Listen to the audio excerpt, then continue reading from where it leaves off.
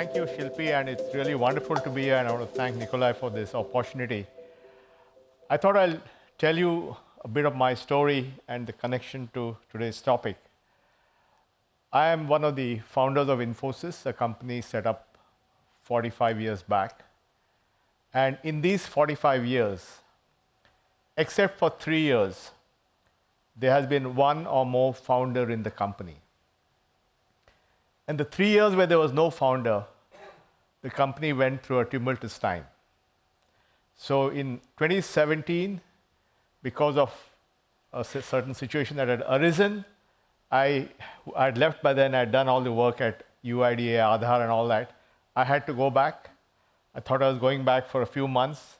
9 years later, I'm still there. So I am the last founder, like the last dinosaur, the last Mohican, the last founder. So I was already in my mind grappling with the issue, how do I do a transition to a leader who will not be a founder? In other words, while we have normal succession planning, where we replace one CEO with another, when it comes to replacing a founder with a non-founder, it's an order of magnitude more complicated, because it's all about the values that you have and the culture and so on. So I was already grappling with this question of how do I do this transition? And then this whole AI thing came along. And people started questioning why we exist. If software development is going to be done on Claude or Cursor or Codex or whatever, then why do we even need you people? Do you need to exist? So we had suddenly come to this existential question. So then I realized, I also then realized that maybe this was an opportunity for me, because being an optimist, I always look for the upside. I said, maybe this point where there will be a transition to a future leader at some point as the chairman, I could also use this opportunity to embed the values once again into the company so that it would be instead for a long time. And so in some sense, I made the AI transition of Infosys actually become also a way to change the culture, to create a sense of urgency, to get speed. And getting speed, this is a company with 300,000 people and $20 billion in revenue. So to get speed in this company is, over 40 countries. So I think my first job was, how do we get this? And then I also realized that we have to do this only by ensuring that we have strategic autonomy in the world. How to be relevant in the world of AI? And a few things that stood out to us. One was that the role of a firm like Infosys would be to orchestrate all the things in a company, in an enterprise, because the enterprise needs orchestration of all the various tools it uses and so on.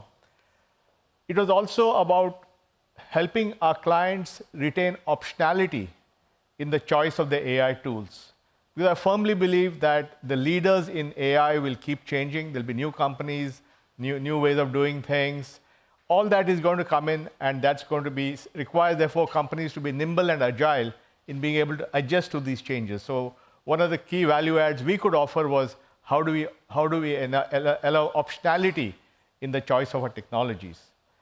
And the third thing is we realize that enterprise context is so important, that an enterprise is defined by its context, its rules, its policies, its processes, its data, and some of it would be tacit knowledge in people's heads, post-it notes stuck on the computer. So fundamentally, getting enterprise context together, we realized was something very useful for our customers. So we figured out how to think about what would be our value proposition and relevance in this new world. But equally importantly, I think we use this as an opportunity to get speed, because we have to move very quickly. We have to move the whole company, 300,000 people. We have to train everyone to be ready with these new skills. We have to learn how to do agents. We have to learn how to combine agents and humans in doing things. All this required a lot of work. It was also an opportunity to break down the silos of the company, because there were different silos, people are doing different things. And we said, let's use the AI transformation as a way to completely break down the silos and have everyone in the company working on the same, have the same way of doing things. And that took some effort because people were quite possessive about the way they did things, but we have used this to actually break that down. Because I firmly believe that you cannot have AI benefits and AI productivity unless the company works with one voice, in unison. Everybody has to work to the same goals. I think AI is not just applied artificial intelligence, it's aligned individuals. All the individuals in the company have to be going in the same. Otherwise, AI could make it worse. A dysfunctional company can go into warp speed with AI. If I'm sending a mail to somebody, I may write a 1-paragraph email, use AI to make it 10 paragraphs, send it to that guy, and he used AI to reduce 10 paragraphs to 1 paragraph. What have we achieved? Both of us have used AI on either side, but the company's productivity has not gone up.